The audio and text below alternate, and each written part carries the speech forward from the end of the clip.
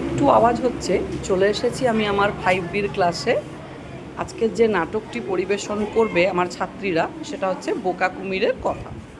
তো উপেন্দ্র কিশোর রায়চৌধুরীর লেখা, সবসময়ই খুব সুন্দরভাবে উনি উপস্থাপন করে থাকেন বিষয়গুলোকে, এবং প্রত্যেকটা বিষয়ে একটা মেসেজ থাকে। তো আজকে আমি আমার যে ছাত্রীরা প্রথম দিন যারা পারফরমেন্সটা করবে তাদের সঙ্গে একটু পরিচয় করিয়ে দিই, তারা নিজেরাই নিজেদের ইন্ট্রোডাকশান দেবে। আমি চলে এসেছি সহেলির কাছে। সহেলি, বলো। আমি ভাবতা নেতাজি হাই স্কুলের 5B'র ছাত্রী। আমার নাম সহেলি আঞ্জু। আজকে আমাদের এই ক্লাসের মধ্যে বোকা কুমিরের কথা উপেন্দ্র কিশোর রায়চৌধুরীর লেখা গল্পটি নাটক আকারে প্রদর্শন করা হবে।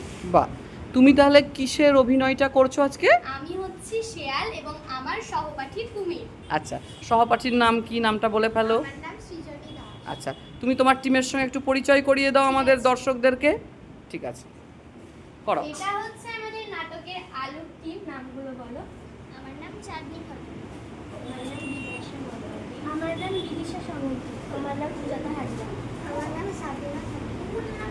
আসুন আপনাদেরকে এবার ধান গাছের সঙ্গে পরিচয় করে দিই। নামগুলো বলে দাও। নাম দেবশ্রী ঘোষ। আমার নাম আলিশা খাতুন। আমার নাম বিন্দিকা আক্তার। আমার নাম ইতি হাজরা। আমার নাম অর্পিতা। এবার খসখসে ধান গাছের কাছে আমরা একটু পরিচয় করে নেব। আখ গাছের কাছে পরিচয় করে নেব। আমার নাম শ্রদ্ধা। আমার নাম সাবিনা। সহেলি, আখ গাছের পাতা খসখসে কিন্তু খেতে তো মিষ্টি না? হ্যাঁ। আচ্ছা, তাহলে নাটকটা শুরু করছো তোমরা? বেশ, ঠিক আছে, শুরু করো।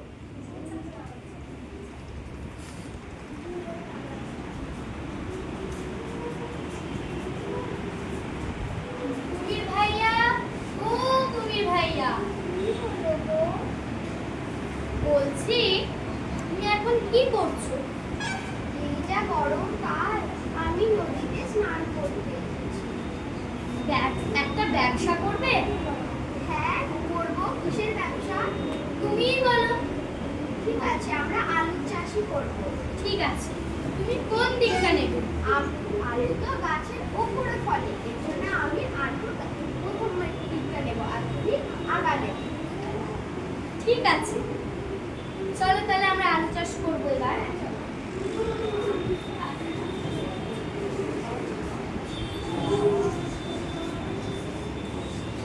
আলু লাগিয়ে দিয়েছি, ঠিক আছে। চলো আমরা একটু গল্প করি।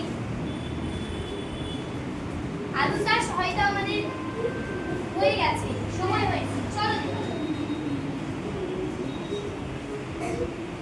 যাই দেখে আমি ঘোড়ার দিক করলি।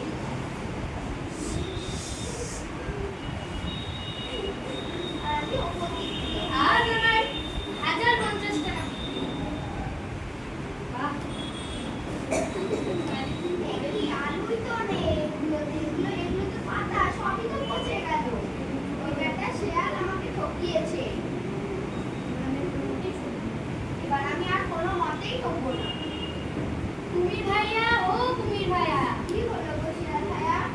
এবার বলো তো তুমি কিসের চাষ করবে? আগের বার আমি অনেক ঠকেছি আলু, এবার আমি ধানের চাষ করব। তাহলে বলো তুমি কোন দিকটা নেবে? আমি কিন্তু নিচের দিক নেব। ও ঠিক আছে, চলো। আর পোতা হয়ে গেছে, চলো আমরা একটু বীজতলা বানানো হয়ে গেছে, চলো।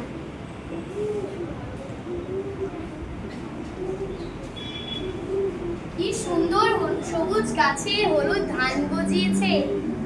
ধানগুলো কেটে দেখি। যাই, এবার বাড়ি যাই। এবার আমি আগাগুলো নিয়ে নিই। আমরা ওটাকে আগা বলবো না, গোড়া বলবো, ঠিক আছে? আগা মানে উপর দিকটা। এবার আমরা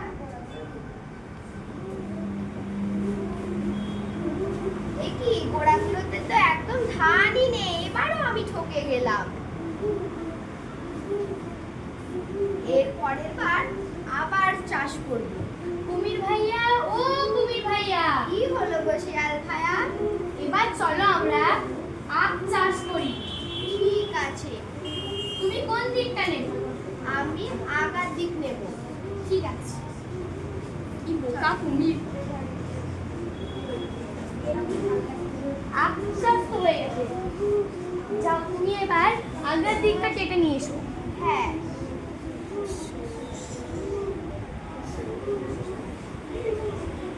এবার আমি গোড়ার দিকে মিষ্টি মিষ্টি আগগুলো নিয়ে আসি দেখি। যাই বাড়িতে বসে ভালো করে খাই। আহ অমৃত। বাহ, শিয়াল কুমির হেব্বি ঠকা ঠকে গেছে। তার জন্যই তো বলে শিয়ালের বুদ্ধিকে কেউ পারবে না। এবার আমি গোড়ার দিকগুলো খেয়ে নিই। ছি ছি ছি, কি নোনতা এগুলো, এবারও ঠকে গেলাম। শিয়াল বেটা খুব বদ। এই গল্পটা থেকে আমরা এটাই শিক্ষা পেলাম যে তাড়াহুড়ো করে কোনো সিদ্ধান্ত নেওয়া আমাদের উচিত নয়। যে বিষয়ে বিশেষ করে আমরা কোনো কিছুই জানি না, তাই ভালো করে যাচাই করার পরেই সেই সিদ্ধান্ত নেওয়া উচিত ভেবেচিন্তে। এখানে আমাদের নাটকটা শেষ হলো। নমস্কার। খুব সুন্দর নাটক পরিবেশন হয়েছে, সবাই একটা জোরে হাততালি দাও।